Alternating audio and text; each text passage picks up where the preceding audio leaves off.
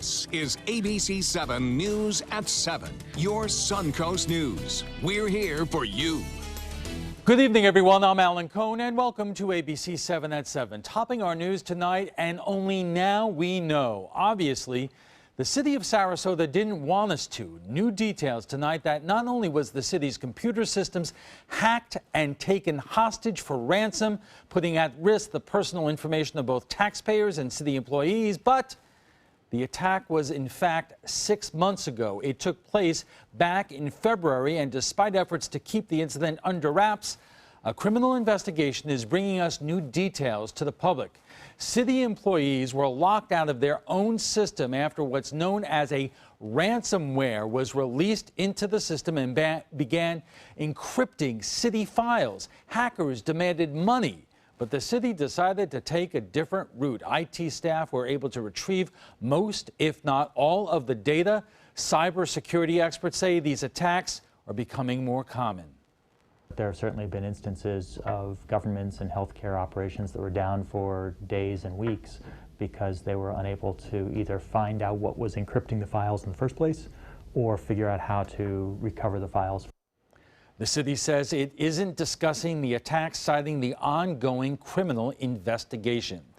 A Suncoast ministry is preparing to make its first trip to Cuba. The Venice Christian Ministry's Agape flights will leave tomorrow. This will be Agape's first visit since the easing of travel restrictions. The group will depart from Venice Regional Airport with more than 10,000 meals and 26 water filtration systems.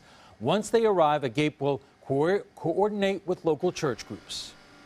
We're bringing in water filter units, we're bringing in food, but ultimately we're bringing, like I said, hope and life, not just physical life, but spiritual life to the people of Cuba. The flights have been operating on the Suncoast since 1980. Venice Regional Hospital is trying to turn the page on all the recent and negative publicity about sewage leaks and maintenance problems in a big way. Its parent company announcing it would like to build a brand new 312 acute care hospital. It would be similar in size to the current hospital. The new facility will be located in Venice, but a location hasn't been determined.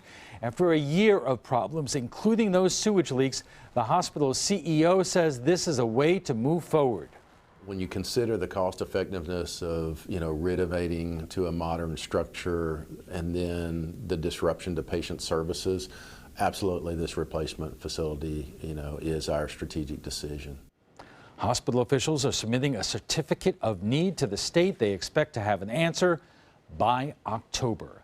Construction on Sarasota Memorial Hospital's new urgent care center near St. Armand Circle is nearly complete. The facility on John Ringling Boulevard will be Sarasota Memorial's 6th urgent care facility. It will be the first one dedicated to the coastal communities of Longboat Key, Lido Key, Bird Key, and Plymouth Harbor. It will be open 7 days a week and will provide immediate care for non-life-threatening illnesses and injuries. The center is slated to open in early October. There is a lot of talk right now about upgrading and renovating the pavilion and pool area at Lido Key Beach. The city of Sarasota says upgrades to the facility are necessary since so many people visit Lido Beach daily. In addition to a major overhaul to the bathrooms, proposed improvements include expanding the tiki bar and launching a new restaurant, adding a splash pad and more shade to the pool area, as well as creating a green park area for the public events. I think with any city facility, you always want to you want to maintain the facility to a proper status where it's usable by the public. Estimated cost of the proposed project is more than $3 million if all goes well.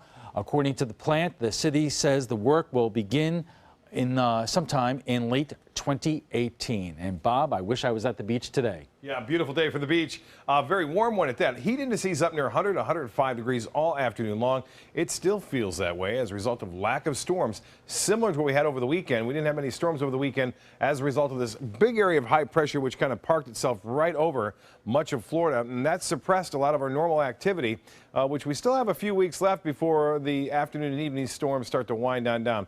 Get a look at the Van Wezel webcam, looking out at Sarasota Bay, and our beautiful shot there showing generally fair conditions all day long as that high pressure just dominated the weather with temperatures soaring today into the mid-90s. Currently, we have sunshine, a few clouds around. The dew point still at 74, so it still feels like 101 degrees out there. Winds out of the west-northwest at 9. And the pressure actually on the rise, 30.09 inches. You can see a review of the radar picture showing some showers mainly to the south of us, and that activity is starting to push off toward Fort Myers and winding down. The high today was 95, 2 degrees shy of the record. 90 is our normal high temperature. And as far as the satellite and radar mix goes, you can still see a frontal boundary to the north from Texas all the way over to near Georgia. That frontal boundary is stationary for the time being and will eventually fade away as high pressure builds back in. Well, the tropics, they are active, as they should be this time of year. A lot of dry air, though, really suppressed the development of Fiona. Fiona now just a tropical depression, and we have another system to the east of the Lesser Antilles that we're watching closely. This could possibly be a tropical depression or tropical storm in a few days from now as it makes its way to the west. It's a very large system. There's a lot of dry air around it, so we're not anticipating any rapid intensification, but we'll have to keep a close watch on it because watch this. The models show and indicate it's going to stay on a westerly course over the next several days. And then by day 4 and 5, those models start to disagree as to where it may be. So that big spread all the way from south of Cuba to well to the east and north of the Bahamas. The forecast models are not too certain as to what it may do down the road. As far as the RPM forecast model is concerned, a few isolated showers are possible to our south. Mainly tomorrow we'll start to get back more into that normal afternoon and evening pattern as we spread to time throughout the rest of this week. Northeasterly winds at 5 to 10 knots. They'll turn to the northwest and eventually the extended forecast. Yes, summer is still around. We still have a few more weeks, as I mentioned, and it looks like those afternoon storms will be back into the picture, especially on Wednesday. Oh, joy. All right, thanks a lot, Bob. And still to come, could Florida be the next state to embrace medical marijuana with plans for a dispensary in Bradenton? Debate is heating up on the Suncoast. Hear from both sides when we come back. The official Suncoast Storm team at ABC7. We're here for you. Attention, this is an important message for anyone who had an IVC filter placed to prevent blood clots from traveling to their heart or lungs. Did your IVC filter move, break, or cause organ damage? The FDA warns that IVC filters may cause serious complications, such as heart or lung damage, internal bleeding, even death. If you or a loved one suffered serious complications, call IVC Filter Helpline now. You may be entitled to compensation. IVC filters are designed to prevent blood clots. If your IVC filter moved or broke and you suffered heart or lung damage, internal bleeding, or if a loved one died as a result, call IVC Filter Helpline today. Our network of experienced attorneys is ready to fight for you. You'll pay nothing unless there's a recovery in your favor. Call today for a free confidential consultation. Don't fight this alone. Call IVC Filter Helpline now. Please call 800-897-6764. That is 800-897-6764. Don't miss the Weddings of Sarasota 16th Annual Wedding Show at the iconic Sarasota Municipal Auditorium on US 41, Sunday, August 28th from noon to 4 p.m. The runway show is on the stage at 3 p.m. Enjoy hors d'oeuvres and live entertainment. $2,000 in Weddings of Sarasota dollars will be given away after the runway show, but you must be present to win. Make sure to pre-register at weddingsofsarasota.com. Brides and grooms are free if registered by midnight, August 26th. Guests only $5. Weddings of Sarasota. Register today. Once again this November, voters will be deciding whether or not to make medical marijuana illegal in Florida. You'll be seeing during our roundtable, some people believe it is a gimmick to try to influence the election. But as Kate Flexter reports, there is no doubt others believe medical marijuana can do what no other pain reliever can. Kathy Jordan is fighting for her life. She has ALS, Lou Gehrig's disease, a fatal progressive degenerative neurological disorder. She was given just 3 years to live and quickly began to deteriorate to the point she was bound to a wheelchair and eventually lost her speech. I could not walk across my yard anymore. I had to hold someone's arm to walk. I mean, it was heartbreaking, devastating, scary. That's when she stumbled on something that she claims minimized her symptoms. And now 30 years after her diagnosis, she attributes defying the odds to this miracle drug. I did not have enough hum in my body anymore. But I did not realize it was there until it was gone. You could walk across the yard, we could go out on the boat, we could start doing things again. And I thought, wow, we're on to something here. What they were onto was medical marijuana. And today the couple grows their own plants in the backyard under Florida's medical necessity defense. That's why they were excited when the state opened its first low-THC medical marijuana dispensaries, one of which will be right near the Jordans' home in Bradenton. Neurologist Ronald Ongden is one of just a few doctors in the state that's registered to prescribe medical cannabis to patients. But he's the start of a growing trend. This is a momentous occasion in that medical marijuana has come to Florida. The Florida Department of Health says those who qualify include patients with cancer or a condition that causes chronic seizures or muscle spasms. Noticeably absent from the list is Kathy's condition, ALS. And Ongden says the list should be expanded to include other illnesses. You know, this is a learning process, and so I think the gates are going to open in terms of increased uses. Amendment 2 on November's ballot in Florida is calling for just that, broadening medical cannabis usage to include anyone with a debilitating medical condition. That's everything from PTSD to AIDS to glaucoma. But it's not without opposition. Groups like Drug Free Manatee avidly oppose the initiative. What's coming in November is entirely different. I think it's a whole, and it's filled with loopholes. Opponents call it a scam to legalize pot and claim expanding medical use could be a gateway to recreational use, touting the possibility of having more pot shops in Florida than Walmarts and Walgreens combined. When people start viewing marijuana as a medicine, then the perception of harm goes down, okay? So then they start thinking, well, you know, if it's medicine, then why can't I take it? Dr. Ongden says there's still more research to be done, but expects the medical community to accept medical cannabis as a legitimate alternative. It's going to be a slow curve, but I think eventually physicians will open up and see the benefits. I myself have seen it. But while medical marijuana dispensaries are opening around the state, for Bob and Kathy Jordan, the fight will only end if Amendment 2 passes. The couple believes the list of ailments that should qualify someone for medical marijuana needs to be expanded to include Kathy's illness, among others. You've got cancer, you've got Alzheimer's, you've got all kinds of these things that people in other states have a right to use it for. We won't have it here unless Amendment 2 passes. When we come back, we'll bring the debate about medical marijuana to our roundtable.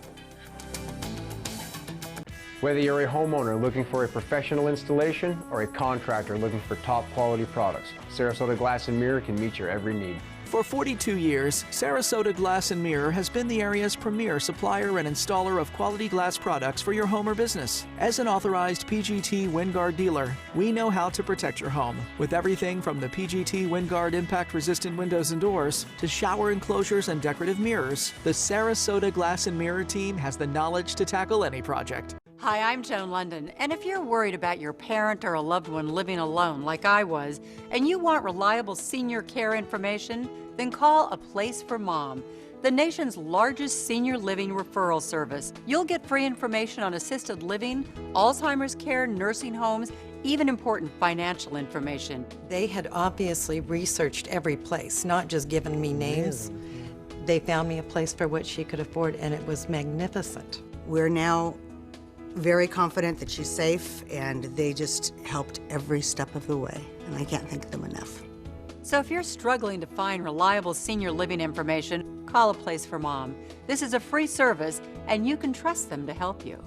Call right now to get your free Senior Care Compass ebook. Find out about the 5 best-kept secrets on financing senior care and assisted living. Call now, 800-290-0352. 800-290-0352. Welcome to the all-new Seymour Buick GMC on the island of Venice. Seymour smiles. Seymour selection of quality new and pre-owned vehicles. Seymour for your trade-in. Seymour savings. Discover the new Buick and get cash back for up to 16% of the MSRP on select 2016 Buick vehicles. That's nearly $8,000 cash back on this Buick LaCrosse. Seymour now at Seymour Buick GMC on the island of Venice. Go to SeymourBuickGMC.com.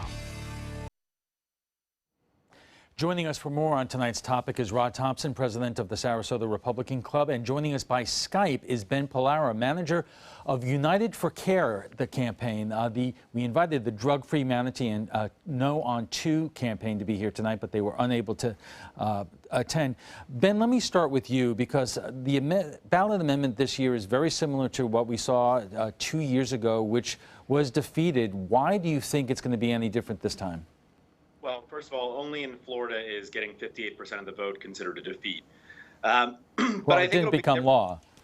It did not become law, correct. We didn't get to 60%, but I think we will get to 60% and then some this time around, because, listen, I think the people of Florida demonstrated in the first vote that they were broadly supportive of medical marijuana, and I think it's only increased since then. We're also going to have a lot different election this time around, just with the electorate being a lot bigger, number one, younger, blacker, more Hispanic, generally more amenable to a medical marijuana initiative like the one that's on the ballot as Amendment 2. Rod, we were talking before the show, and you said that it's very hard to stake a position against this when you see people like the woman that was in our story who is so desperate for relief and anecdotally, at least, benefits from it. Yeah, right. As we talked before, when you hear about her situation with ALS and you think about some children I know with seizures have gotten some help from it and parents are going to do anything, I totally understand that and have an awful lot of empathy for that. However, I don't think this is a good route for us to be traveling for 3 reasons. Basically, one, the actual efficacy of the drug use. It's all anecdotal. The FDA has not approved it. As a matter of fact, just a few weeks ago, they chose again not to change its status at all, leaving it but substance 1, which means it has no medicinal value. Number 2, in the states that do have it as a medical medicine, marijuana is medicine, they are not sold through normal drugstores because, of course, the FDA hasn't approved it, so they're sold through kind of glorified pot shops, really, where people can get it. And in LA alone, just did a search, and where my son lives, there's more of those shops, medical marijuana shops, than there are Starbucks. But third, and I think most important really to me, because I've watched this a number of times around now, is that it's a gateway policy to get full legalization. Now, I don't know if that's Ben's position or not at all. I'm not saying that for all of them, but that's been the case in all of the other states so far. Let's unpack all of this. One, there were allegations 2 years ago that this really was a ploy to try to get more Democrats to come out to vote. Is that what you believe? Oh, absolutely. I mean, based on the primary backer of it, the lawyer who likes ambulances, yes, I think that that's exactly what that was. And it didn't work, but there did show that there was real support for it in the state because of examples like this woman with the ALS and others. Right. But and Ben, how do you respond to, yes, the federal government just as recently as a couple of weeks ago turned down efforts to take it off the list of illegal drugs? Well, first of all, let me back up for just a second and say that in our polling that we did right after the election, 40% of Rick Scott voters voted yes for Amendment 2 in 2014. So we did have some bipartisan consensus on the issue. But as it relates to the DEA, yes, they kept it as Schedule 1. But another thing that they did do was significantly expand the amount of research that is now allowed to be done on marijuana throughout the United States. So it wasn't a total rejection of marijuana as medicine by the DEA, which, by the way, is a organization charged with defending the nation's drug policies and prosecuting marijuana. It's not it's not the FDA. But they did at the same time open up research in a significant way, even as they did not reschedule it. And what would you say to folks like Rod here, who says that this really is a gateway to making marijuana use totally legal, whether or not it's for medical purposes or not?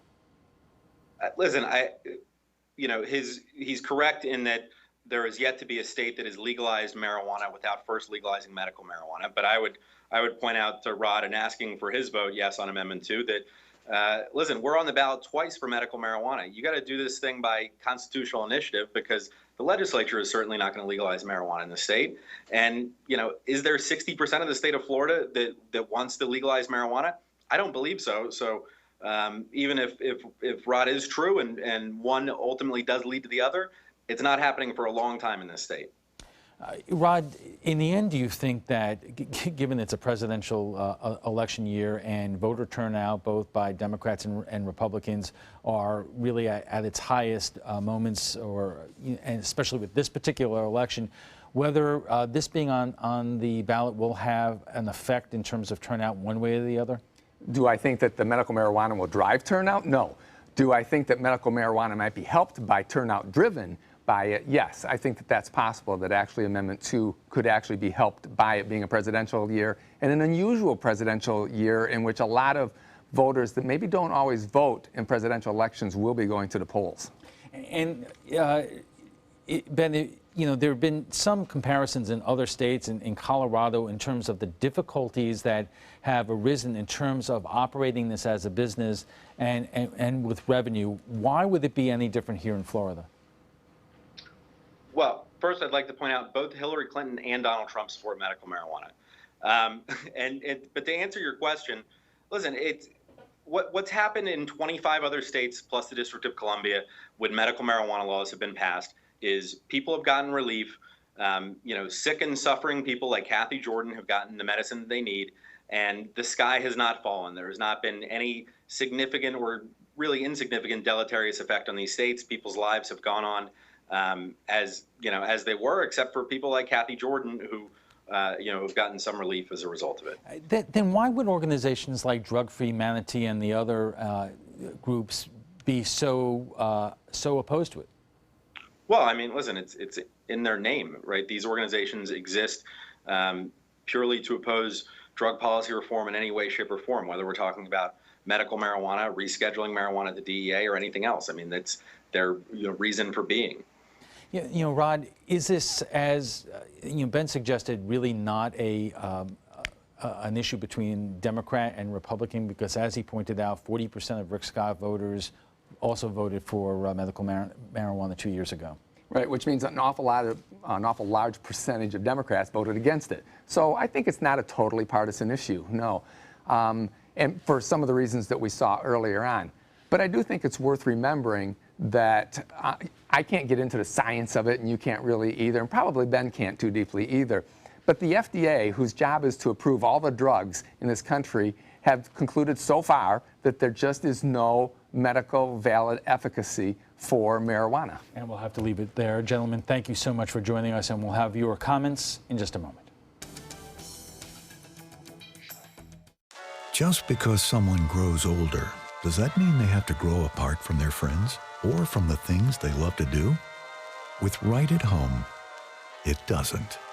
Right at Home's professional team thoughtfully selects caregivers to help with personal care, housekeeping, meals, and most of all, staying engaged in life. Oh, thank you, thank you. You're welcome. Are you ready to go? Oh, I sure am. We can provide the right care right at home.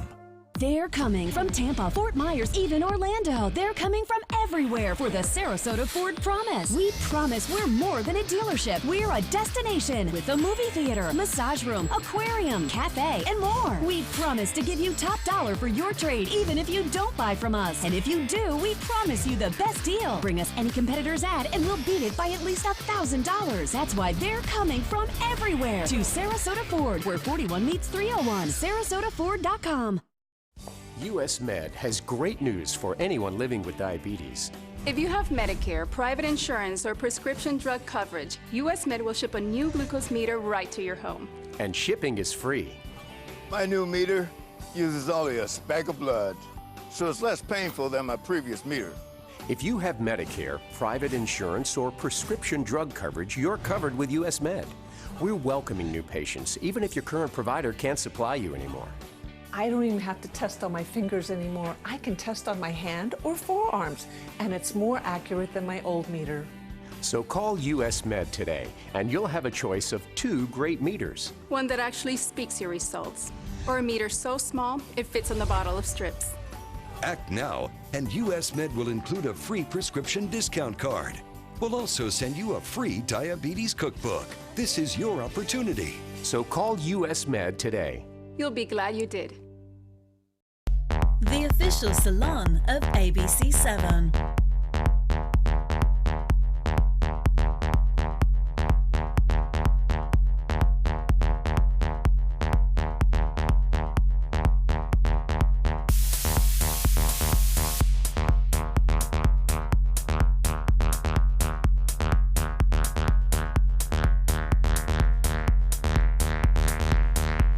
cutting loose salon.